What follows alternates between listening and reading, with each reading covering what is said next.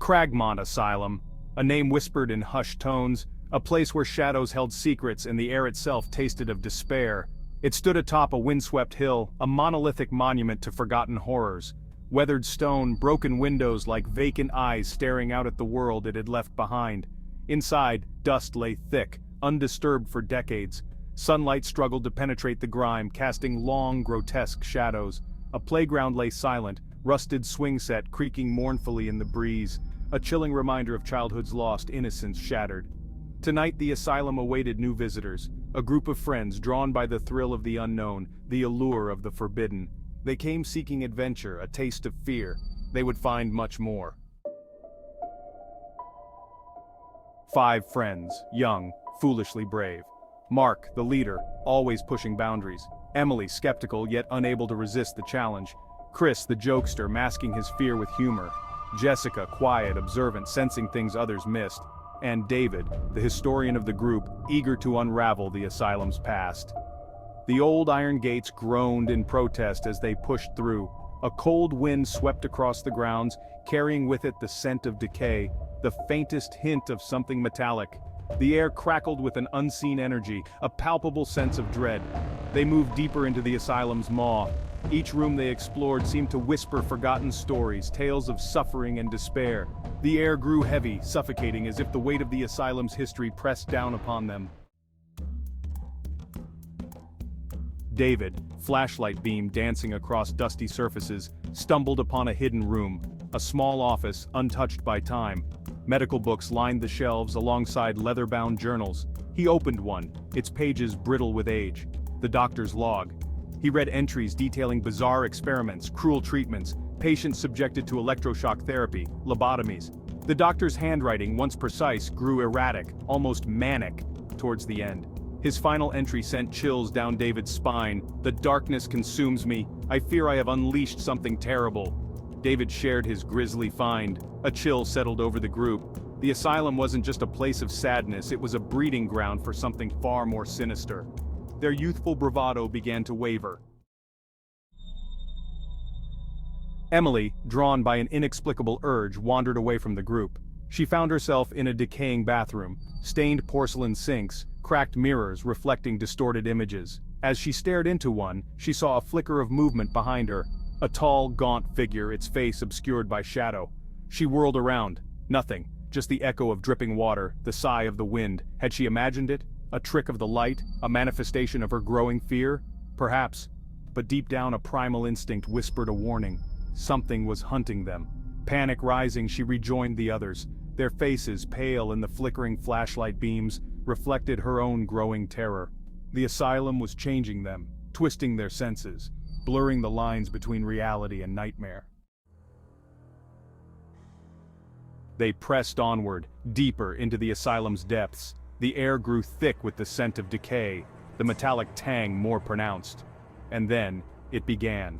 A low moan, echoing through the corridors. It grew in intensity, becoming a gut-wrenching scream that seemed to claw at the edges of their sanity. Chris, his bravado finally cracking, dropped to his knees, hands clamping over his ears. "Make it stop," he pleaded, his voice choked with terror. But the screams continued, relentless, unbearable. It was the sound of pure suffering, of souls trapped in eternal torment. The group huddled together, their fear a tangible presence. The asylum was alive, feeding on their terror. They had become prisoners in a haunted house of their own making. Jessica, always the quiet observer, noticed something peculiar. A fleeting movement at the edge of her vision. A figure, dressed in what appeared to be a tattered orderly's uniform, gliding silently down a distant corridor. She blinked, and it was gone. She told the others, but they dismissed it as a shared hallucination, a byproduct of their exhaustion and fear. But Jessica knew better. She had seen the look in the orderly's eyes, a chilling emptiness, a malevolent hunger. He was real, and he was watching them. The group's fear turned to paranoia. They were being stalked, hunted within the asylum's walls.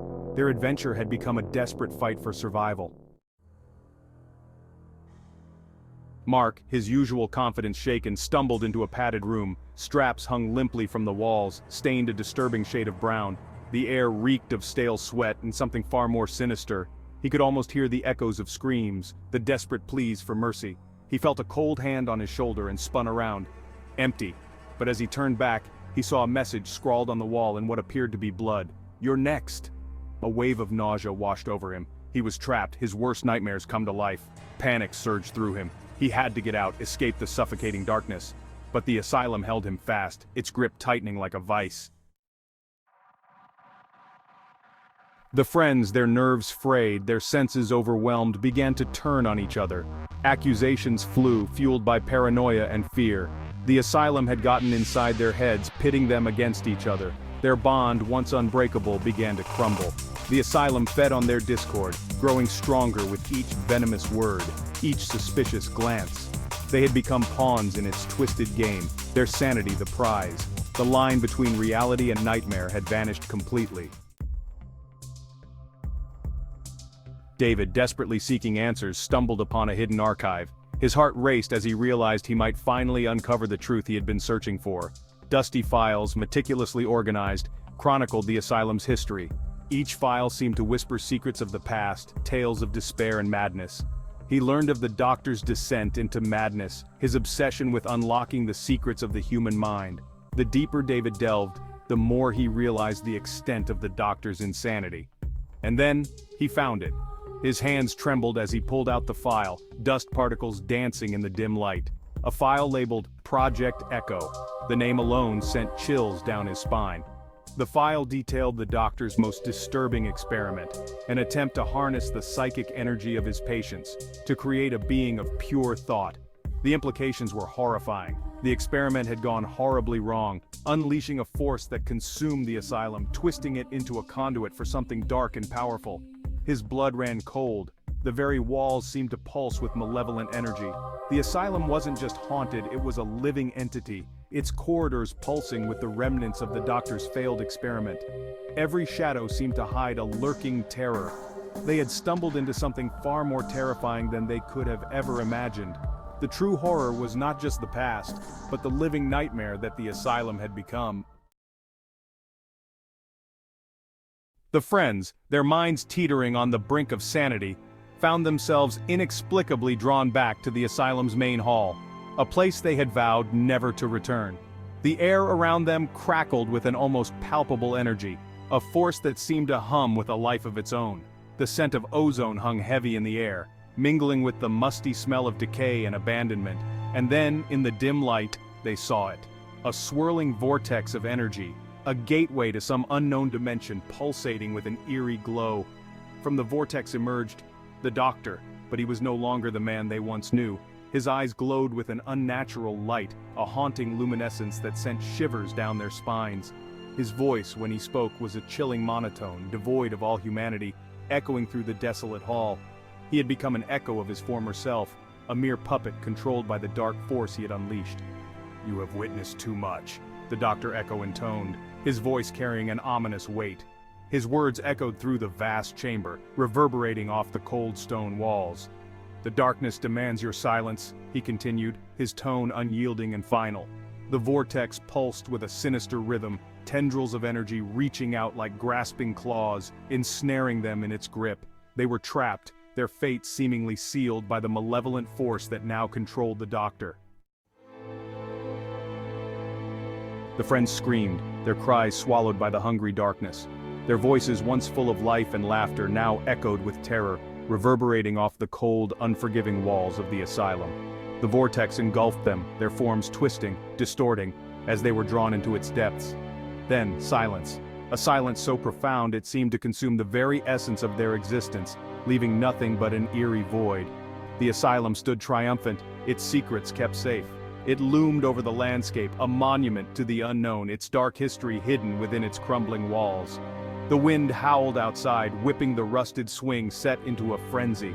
The creaking of the chains was a haunting melody, a reminder of the innocence lost within the asylum's grasp.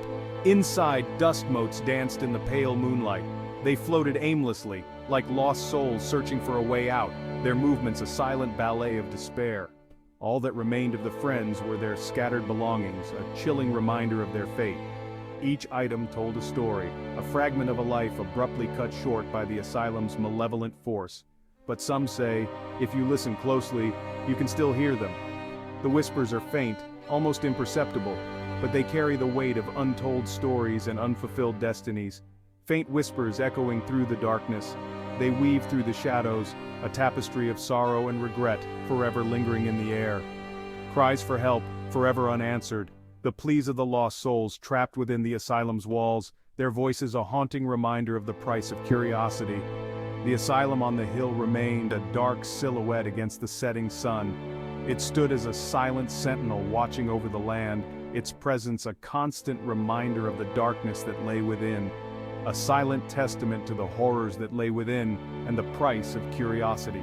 The walls, once echoing with life, now stood as a grim reminder of the past, their secrets buried deep within. Some doors are best left unopened, some secrets best left buried. The asylum's doors, heavy and foreboding, held back the darkness, a barrier between the known and the unknown. But in the echoing silence of Cragmont Asylum, the darkness whispered, waiting for its next victims. It called out, a siren song to the curious and the brave, promising answers but delivering only despair.